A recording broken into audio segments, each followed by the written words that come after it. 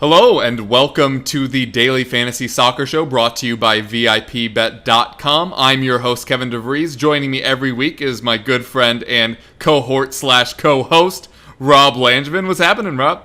Hey, Kev. How's it going? Good to be here. Talking about DFS, talking about footy. Can't go wrong. You add in money and everybody gets excited. And that's what we're here to talk about. Cash in and not cash in. You know, giving people advice and hopefully steering them down the path to, enlightenment. How about that? We'll use enlightenment. Enlightenment on the whole, not even just in daily fantasy. Totally. You'll never know what kind of deep philosophical situations you'll find yourself in. Well, they say football is life, so we're expanding on that and adding in cash. Why not? Everybody likes making cash. Obviously, it was a kind of crazy week yet again. We had Nasser Chadli absolutely go off. Those looking at the screen right now will see that. We're going to break down to start the guy who won. I think it was Rob73, 178 points. That Rob did pretty well. We're going to throw it to our Rob here, Rob Langevin, and ask you how did this team get to be so good? What was it in this team that made it the winner? He was offensively stacked, but I'll run down his whole team. Everybody at home can see it on the screen. He had Claudio Bravo in goal. He was owned in 15.2% of all play leagues.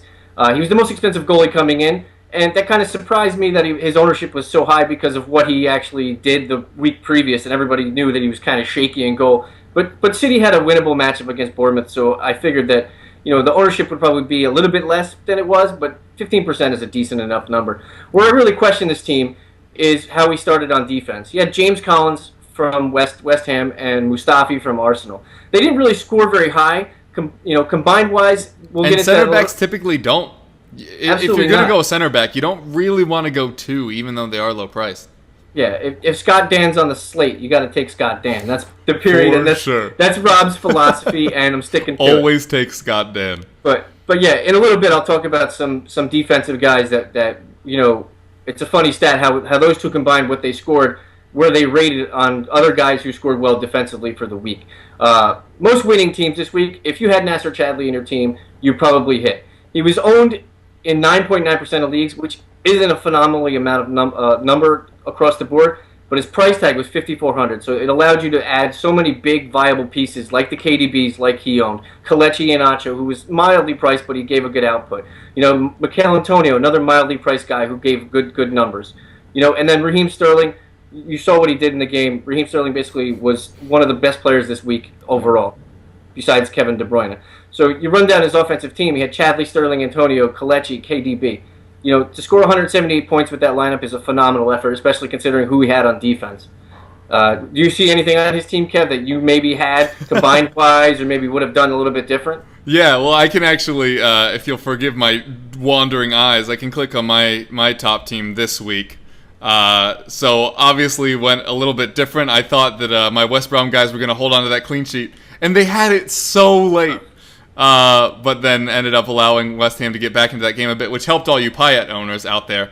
I also struggled at the back more than he did. And while Snodgrass and Sanchez were very good, they didn't live up to what Iheanacho did, and I forget whose other one was, because I did have Sterling in there. There was one play that really changed it, which was Kevin De Bruyne played through Raheem Sterling with a lovely through ball. Sterling could have taken it first time, but instead he lays it across to Iheanacho. If he hadn't done that, if Alexis had scored his penalty, we could be talking about a massive week for me personally, a massive week for Alexis if he had indeed converted that. Because, you still take your 26 points easy, but Absolutely. It could have been so much more. And it was just a crazy week with so many people popping up with multiple goals and contributing in many ways. Manchester City looks so dangerous right now. You mentioned Raheem Sterling, and I guess we'll kind of segue into what we're going to do each week with the review show, where we're going to talk about players that impressed and disappointed. I'm going to start impressed with Raheem Sterling, who you already mentioned, looks completely reborn under Pep Guardiola. He's flowing forward every time, and he brings this City side something that they've desperately needed ever since the Mancini days, which is pace. It's just unlimited, and he was so lost last season. He was awful at the Euros this year, but he looks so good right now, and nobody can really stop him, because if you're going to double him up on the wing, then all of a sudden you're allowing Kevin De Bruyne to run through your midfield. You can't do that. We saw what he did. Amazing free kick goal yet again. But Raheem Sterling just looks so good, and I'm sure a lot of people were looking at his price, I think he was 200 more than Iheanacho. And I'm sure a lot of people went down the lower route. Well, I can check with the ownership right now. I didn't have them both in this team. But Sterling at 31, that's a lot of ownership, but he's doing it every week. He's just been so good. Another player that impressed me is your boy, we talked about before this week started, Snodgrass at Hull. Who, awesome. if you look at his, I did a little math here. If you look at his last 5 games that are registered in DraftKings, he's averaging 22 points per game, which is crazy, bonkers considering his price point. He takes all the set pieces. He's the most creative influence at Hull right now. Takes the penalties, and he contributes in so many different stats with crosses and shots, and he's earning fouls all over the pitch. I think going forward, he's a really interesting option. I pulled up their schedule. They have Liverpool and Chelsea, which look more daunting than they are. Both of those teams obviously played each other. Both of them conceded. Neither of them with terrific defenses thus far. Listen to this run. Bournemouth, Stoke, Watford, Southampton, Sunderland, West Brom, Middlesbrough, Palace. That's almost 10 weeks that they have, like, okay to good matchups. Here's an okay fantasy advice. Get Snodders in all lineups. Yeah, especially if you play other formats, if you play the official game, or if you play other formats that count other stats or ancillary stats. That's a buzzword. Pretty much every time, Rob, and I use the word ancillary, feel free to take a shot. But anyway, he has some great matchups. And I know in this format you don't own players, but you don't need to rule him out for any of those. I know a lot of people shied away because of this matchup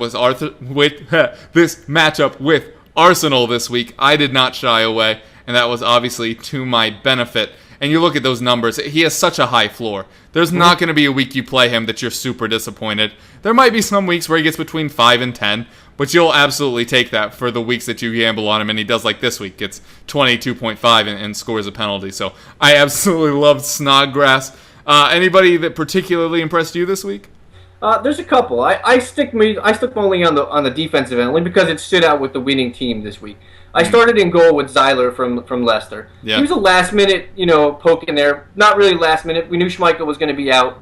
He's probably going to return by this weekend's fixtures maybe. But he was still owned at 8.5%. His price was $5,500. Based on the goalies that were available for this week's slate, there was basically going in. There was probably 3 maybe 4 viable options out of the 10 total. You had Bravo, you had Adrian, you had Czech, and then some people had maybe Foster in there for the West Brom game. Yeah, and then a couple. Yeah, and then Zeiler comes up because we didn't know who was going to play, and you don't really trust a guy who's going to get thrown into the fray like a Zeiler because he doesn't really have the fantasy wherewithal to be a relevant guy. Yeah. But in daily formats, that's a guy you hit home runs with. Scoring 14 points, getting a clean sheet, that is money in the bank, basically is what it is. If somebody rostered him, they probably jumped up the rankings because you compare him to, he scored 10 more points than Peter Cech, and he scored 18 more points than Adrian. So comparatively speaking, you hit a home run there at 5,500 with Zeiler. And on defense, like I said before, I picked out 2 defenders. Christian Fuchs is my first one. He was the highest scoring defender of the week, 19.75. He was the man of the match. He had 7 crosses in the game and an assist. That's phenomenal from a defender, getting that kind of production. The second defender I'm going to want to talk about is Seamus Coleman. Seamus Coleman comes back. He played the week before, but Seamus Coleman came back, 18.5 points, second highest defender scoring. It's interesting because both of the winners' defenders, James Collins and Mustafi, only scored about 10 points, and there was 3 defenders this whole week that scored more than both of those guys combined. It was the 2 I just mentioned, Christian Fuchs and Seamus Coleman, and your friend and mine, George Friend. He had 11 points. So it was a bizarre. That's why I said in the beginning of the pod, I question who he brought in defensively because what the production you saw out of Christian Fuchs, what he did for the game, what Seamus Coleman did at 4,800 ownership in 7.4% of leagues. He scored a late goal for Everton. It doesn't matter. It's cash, baby, just cash. But and as we mentioned with the center backs versus wing backs, in most formats, I tend to like wing backs more, but in this format, they're bombing up the wings, they're sending in crosses, they're earning those fouls, and that's just much more valuable. So I think really where we're landing, Rob, if you don't mind me putting words in your mouth, is that it's not that Mustafi and Collins didn't get loads of points.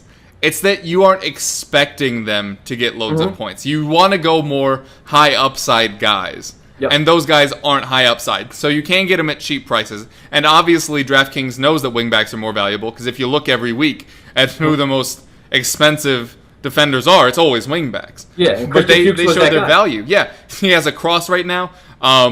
Well, he takes all their set pieces, and now you have Islam Slimani, who's much better in the air than Vardy, which we obviously saw this weekend with the first one, which was the one that Fuchs assisted. But he's so much more devastating in the air. That obviously helps Fuchs' value. I'm still not super sold on this defense this season.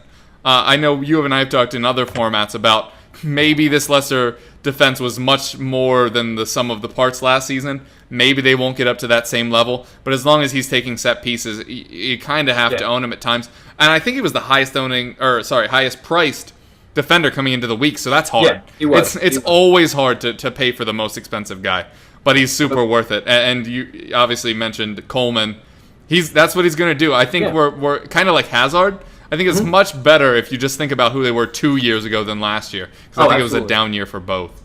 Yeah, that's a great call by you. Yeah, you definitely want guys like Coleman. Coleman's more of an offensive-minded defender, and you can see it in Everton's pace and play, that he basically fills the gap left voided by the winger, especially when he's, if Bolassi's on his same side or switches sides. Bolasie tends to drift and likes to go into the middle, which opens the door for Coleman, because Coleman has the speed on not like many wing defenders. There's probably only a couple that I can think of that are offensive-minded like him. Bellerin comes to mind. Aaron Cresswell is another one that comes to mind who's injured right now.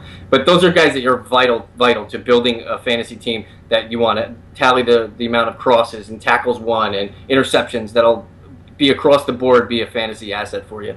And my last guy I kind of lumped them together for the positive guys. My last guy, coming back from injury, it's another one of my boys. I have a lot of boys. If you ever follow me anywhere, I call out a lot of guys. I've been on this guy for a couple years. Manuel Lanzini came back for West Ham. I know West Ham defensively looked like poo. Oh, goodness. They look like poo. But you know what? This is daily. We don't care about their defense. We want everybody to do well and contribute to a fantasy output. Manuel Lanzini came back, 21.75 points. He was only owned in 3.1% of leagues. That is a coup right there, considering he almost basically scored the same amount of points. He was on such a low price.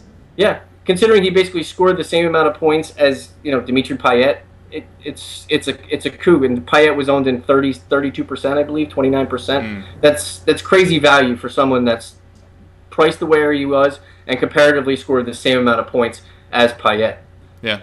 I totally agree with you there. I know you just said we don't care about West Ham defense, but that's a pretty natural segue into guys that disappointed. I'm going to talk about Arthur Masuaku. Last week he disappointed. Then this whole week I was saying, don't jump out of this ship too early, because West Ham had a lot of positive matches coming up against teams that do not get forward a lot, teams that don't score a lot of goals. So I stuck with him an extra week. I've talked to you before in other shows. A West Ham insider I was talking to is saying that the club are huge on Masuaku, and that everybody that thinks Cresswell, who you just mentioned, is automatically going to get this spot back is wrong. That Masuaku is very, very, very highly regarded there. And not only did he end up struggling this one individually, but 2 straight weeks of West Ham's defense conceding 4 goals, 2 straight 4-2 losses to inferior teams. Very inferior. It's awful. It really is. And I know that probably the right expert call would be, don't burn your bridges with them, because they do still have good matches coming up. But I just don't see how you can trust them right now. I really don't. You and I went through this a lot with Lukaku last year, where, you're almost willing to get burned by that guy just because you don't want to have to deal with the worry that they're going to concede 4. They've done it twice in a row. Yeah. And I know both of us, like Adrian, you mentioned him in the goalkeeper segment as a guy that a lot of people wanted in. At 5 even, I thought he was a great selection. Obviously not. So, the whole West Ham team super disappointed. Another guy that disappointed me, Mesut Ozil. Yeah. I was unable to own him in FPL last season because I was in a team league that didn't allow Arsenal players. I'll let you guys 2-2 that if you'd like. So I was so excited about Ozil coming into this year. Last year, he had the most chances created, the most assists in the Premier League, just an absolute fantasy stud. This week, 2 chances created, not a single shot on target, no crosses, and in a 4-1 win. Where were you? I know we're not talking about the Sunday slate. It's kind of like Benteke. How do you score 4 goals and have your key guys not be involved at all. Yeah. It was so frustrating. Oh, one extra guy I did want to note on Impressed, Alex Iwobi. Yeah, A week after Perez, Lucas, I think his name was, Lucas Perez, snuck into their 11, and everyone was like, oh, quick, late ad, you got to add him because he's going to be in this vaunted Arsenal lineup. Mm-hmm. It failed so bad. Then, badly, sorry, it's an adverb. Then you bring in Iwobi this week, and, oh, what a performance. Yeah. You could have argued he had the goal. Alexis deflected it. That was one of his goals. But Iwobi was everywhere. He had loads of shots, loads of crosses. Mm-hmm. I really liked what I saw out of him. I like him so much more than Oxlade-Chamberlain. I know Walcott eventually got involved in that match, but I do like Iwobi a lot more. He's always going to be the cheaper option. I was just very impressed with him, who's so young. He was equally as impressive as Özil was depressing. So I was very impressed with him. The last one that I was frustrated with, Jamie Vardy. You have Slimani step into that team midweek, scores a goal in the Champions League, steps in the Premier League, scores 2 again. I don't want to, ring the alarm on Jamie Vardy, but Slimani brings just an entirely different element. Obviously not as fast as Vardy is, but if they're going to start playing 4-4-2, I do not think this is going to be a Watford situation where, last year, Dini and Ighalo played off each other a lot. I think it's just going to be deciding if they're going to play up the middle, which benefits Vardy, or play up the wings, which is going to benefit Slimani, as I mentioned, much better in the air. So just kind of suss that out long term to see who's favored. Yeah. But for now, I don't see how you can really own either. If you're going to own one, you should probably want to own Slimani. But right now, I really want to see how this works out before I'm spending 9 on players, although I think Slimani may have been in the 8s. But that's just so much, considering you don't know which way that score sheet's going to look at the end of the match. Yeah. I totally agree with your Arsenal call with Özil. I had him penciled in as one of my guys. But I'll actually, anybody in Arsenal who didn't contribute, who was a front 7 player for them, you can call out Cazorla or basically it's Cazorla and Özil. Who should have taken the penalty, by the way? Why Alexis stole that from him? Listen, if you have a guy who always takes PKs and then a guy who draws the penalty gets the PK, I'm okay with that. But listen, Cazorla, whatever you want to see, Z-T-H, Z-T-H, whatever you want to call him, Santi. Yeah. We'll just call him Santi. There you go. Santi's the guy. People are relying on him for PKs. That's probably why they roster him a lot. Yeah. He's another down guy for me this week. I had him rostered a lot because I figured he would be a contributor, and he should have been. It was a 4-1 game, but unfortunately, Walcott and Iwobi and Sanchez and everybody, but basically him and Özil got all the fantasy love. Yeah. Another guy I was down. Everybody was high on this week that really didn't do anything and didn't show me much in the game. He kind of looked slothful. Nolito for Man City. Yeah, and gets a red card. Yeah, and gets a red card. Owned in 20.6% of leagues, and he doesn't do anything to get on the score sheet or contribute significantly to what Man City did going forward. He scored 4 goals, just like Arsenal. You'd figure that he'd be in a position to put himself in to get at least an assist or a goal. No, everybody else was just playing on or around him. Sterling, KDB, Kelechi Iheanacho. They were all basically... He plays in the middle of all them, and he didn't get anything. And then at the end, like Kevin just said, he gets a red card, so it minuses his total by 3 more points. That's just awful. That sucks. Yeah. My last guy, we've talked about him a couple times, but, I hate when goalkeepers just suck for you, and they basically get you nothing or minuses. Yeah. But seriously, Adrian from West Ham. That's awful. You had a fixture against West Brom who was basically about as offensive as... I don't know, me playing with 10 of my friends, but seriously, to give up 4 goals back-to-back weeks, there was no way I thought that would happen, especially against the Baggies team that struggles to go offensively, and then they let Chadley go off for 2 goals and 2 assists, and Rondon for a goal. It's just crazy. I don't know what happened to West Ham defensively, but they need a pep talk, or go get some a Rodizio dinner, or move back to their old stadium, maybe, or anything, but. Yeah, I'm just very disappointed in West Ham defenders, but this is one of those things where, like Kevin said, don't fan on them completely yet, because the fixtures are there for you to use them as your fantasy assets. Yes, offensively the names are sexier for West Ham. The Payets, the Lanzinis. Another guy who's done crap 2 weeks in a row, Simone Zaza.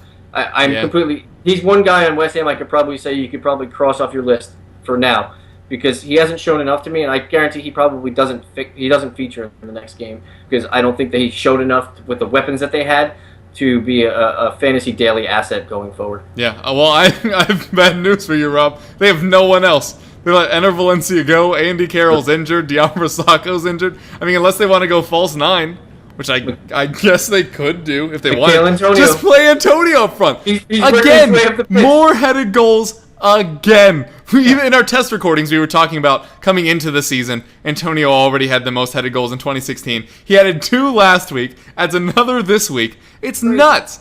It is bonkers. You think they'd want to actually mark him with a guy who's actually maybe a little bit taller than him? Right? It's I mean, nuts. I don't get it. But soccer's a fickle sport. Sometimes it takes forever to figure one thing out, but then sometimes one thing figures the other thing out before the other thing figures everything else out. I don't know. It's weird. Yeah, it's crazy stuff. All right, well, that should do it for us today. We'll be back later this week doing a preview once the prices have dropped, and we'll be looking forward to the next match week, so be sure to stay tuned there. Rob, why don't you tell the folks where they can find you? You can find me on Twitter at Smokey_Loogie. You could probably find some of my stuff online at Razzball.com. Me and Kevin will probably be doing some contributions at VIP-bet.com. So check that out. Check this podcast out. We'll have other videos coming up in the week. So stay tuned, loyal listeners. Yeah, very pleased to have you guys joining us. I'm at Kevroff on Twitter. As he mentioned, this show is brought to you by VIP-bet.com. I actually have it up in the background here. Oh, look at that. Look at that. You can scroll here if you want to find us. You go over here to DFS. You go to podcasts. You click on it. You scroll down. And then this is going to take a while to load just to make me look dumb. We'll be in here. DFS Premier League Strategy, so be sure to check us out there. We also do have a podcast that talks mostly about the official FPL game. You can find that at EPL Roundtable on Twitter or find EPL Roundtable on iTunes. All right, well, Rob, it was great talking to you. Folks at home, it was great talking to you as well. And we'll talk to you later this week. Thanks.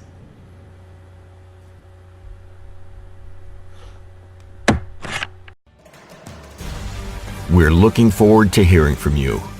Get in touch with us. VIP Bet, your place to win.